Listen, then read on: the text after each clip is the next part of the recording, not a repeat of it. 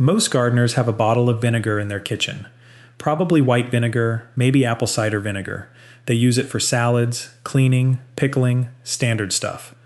What they don't realize is that same bottle could be doing serious work outside. And I'm not talking about one or two tricks. I mean covering almost everything from pest control to rusty tools to actually helping your seeds sprout faster. Vinegar shows up in a lot of unexpected places in the garden, and once you start using it, you'll wonder why you were spending money on half the products you used to buy. We're going to go through 15 ways to use it, and some of these are genuinely going to surprise you.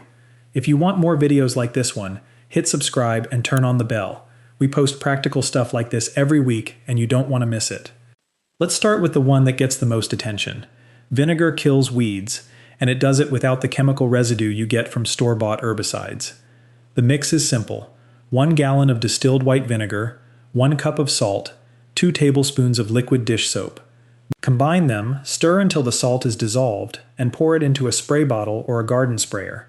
The acetic acid in the vinegar draws moisture out of the weed. The salt makes the soil temporarily inhospitable. The dish soap helps everything stick to the leaves instead of just running off.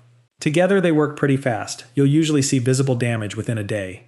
A few things worth knowing. Spray on a dry, sunny day. Rain washes it off before it can do anything. And be careful around plants you actually want to keep. This mixture isn't selective. If you spray it near a flower bed, it can damage those roots too. Stubborn weeds might need 2 or 3 applications before they're completely gone. But for cracks in driveways, gravel paths, or areas where you don't want anything growing at all, this works extremely well. Ants in the garden aren't always a problem, but when they're getting into your plants, your cat's food bowl outside, or finding their way into the house, it stops being cute. Equal parts white vinegar and water in a spray bottle. Spray directly on ants you can see and along the trails they use. Ants navigate by scent, and vinegar disrupts those scent trails. They get confused, they leave, and they don't come back to that same path. Spray around entry points, gaps in fencing, cracks in concrete near the house, spots where you've seen them before. You'll need to reapply after rain, but it's one of the more effective natural deterrents out there. Works for keeping flies away from outdoor areas too, which is a bonus. Some seeds are just difficult. Hard outer shells mean they can sit in the ground for weeks without doing anything, and half the time gardeners assume something went wrong with the soil or watering. Before you plant them, soak the seeds in a bowl of water with a few drops of white vinegar added. Leave them overnight.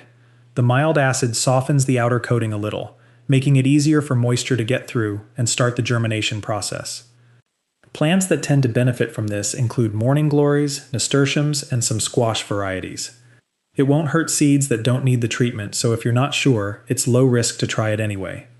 Fruit flies appear in summer, and they are relentless. They get into everything: ripe tomatoes, figs, berries, fallen fruit on the ground under trees. The trap is almost embarrassingly simple. Take a jar, pour in some apple cider vinegar, maybe an inch or 2 deep, and add a few drops of dish soap. The flies are attracted to the smell of the fermenting vinegar. When they land on it, the dish soap breaks the surface tension, and they sink. They can't escape. Leave a few of these jars around the perimeter of your garden and near any fruit trees. Replace the liquid every week or so as it fills up. It won't eliminate every single fruit fly on your property, but it reduces the population significantly, and it's completely non-toxic. Terracotta pots are great. They're durable, they regulate soil temperature, they look good. The downside is that over time they develop a white, chalky crust on the outside. That's mineral buildup from water and fertilizers. To get rid of it, 4 cups of warm water, 1 cup of white vinegar. Let the pot soak in that mixture for at least 30 minutes. The acid dissolves the mineral deposits without scrubbing or damaging the pot. After soaking, rinse it off and let it dry completely before using it again. This also works on the inside of pots to remove salt buildup from fertilizers. If you've been using the same terracotta pots for a few years, this is worth doing before the next planting season. Rust on garden tools isn't just cosmetic. It affects how they cut and dig, and it can spread. Most people replace tools when they get too rusty, which is a waste. Pour undiluted white vinegar into a container big enough to fit the metal parts of your tools. Soak them for several hours or overnight for heavy rust. The acetic acid reacts with the iron oxide and loosens it. After soaking, wipe everything down with a dry cloth. For stubborn spots, a stiff brush works well. Once the rust is off, Dry the tools thoroughly and rub them down with a little oil to prevent moisture from getting back in. Doing this once a year extends the life of your tools considerably.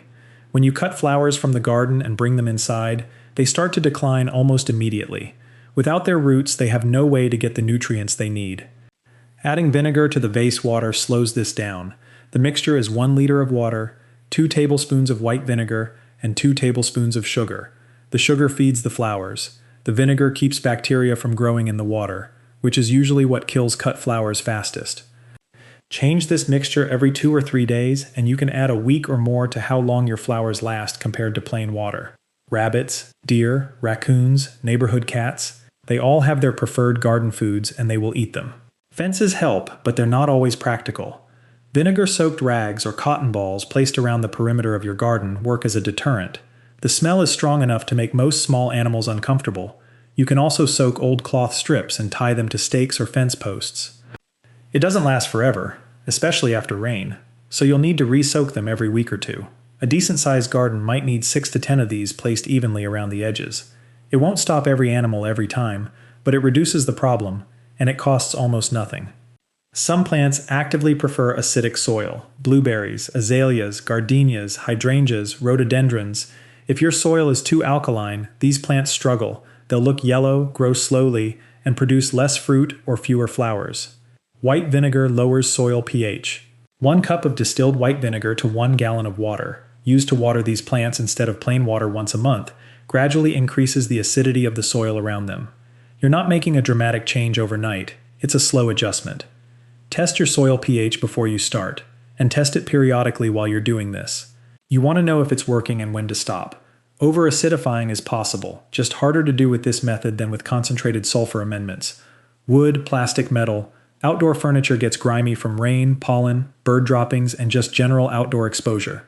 Most people wait until it's really dirty before dealing with it, and then it takes forever to clean.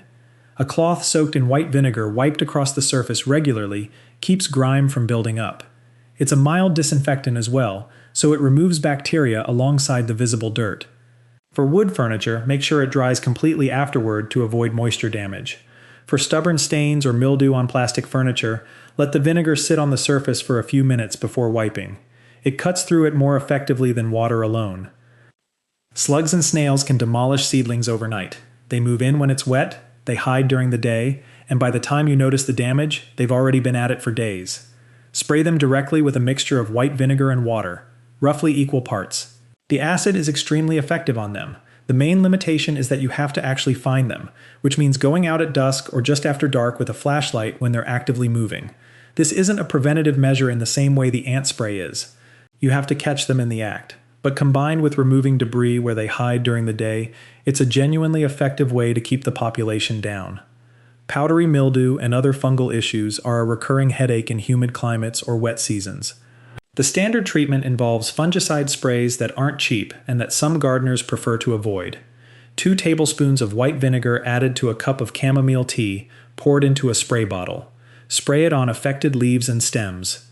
The vinegar creates a surface environment that fungus doesn't do well in. The chamomile has mild antifungal properties of its own. Spray in the morning so the plant has time to dry during the day. Don't drench the plant. A light, even coating on affected areas is sufficient. You may need to apply it several times over a week or two, but it can stop mild to moderate fungal problems from spreading. Bird baths are one of the things in a garden that people set up and then don't think much about. The water sits, algae grows, bacteria build up, and the birds that use it can actually get sick from contaminated water. Scrubbing the basin with white vinegar once a week prevents algae from taking hold. It also removes the mineral rings you get from evaporation. Empty the bath completely, scrub with a brush dipped in undiluted vinegar, rinse thoroughly, twice, and refill with fresh water. Doing this consistently keeps the water clean, cuts down on smell, and makes the whole thing a lot more appealing to birds than a bath that's been sitting untouched for a month. Picking blueberries, blackberries, strawberries. The actual harvesting is satisfying until you look at your hands. Berry stains are stubborn and soap and water barely make a dent. Rinse your hands with a small amount of distilled white vinegar, rub them together for 30 seconds, then rinse with water.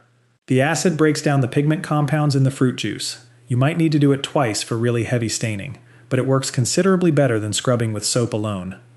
Rinsing vegetables under the tap gets the visible dirt off. It doesn't do much for bacteria, pesticide residue, or the stuff that clings to textured surfaces like broccoli or cauliflower.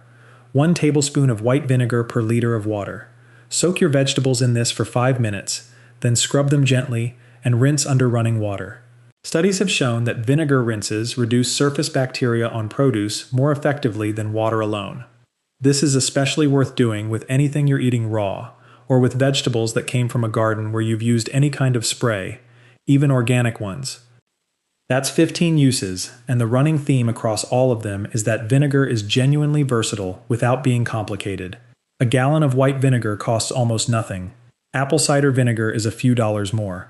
Between the two of them, you can handle weeds, pests, tool maintenance, plant health, and food safety. The only thing to keep in mind is that the acidity that makes it useful can also cause problems if you're careless with it near plants you want to keep. Dilute it when the recipe calls for dilution.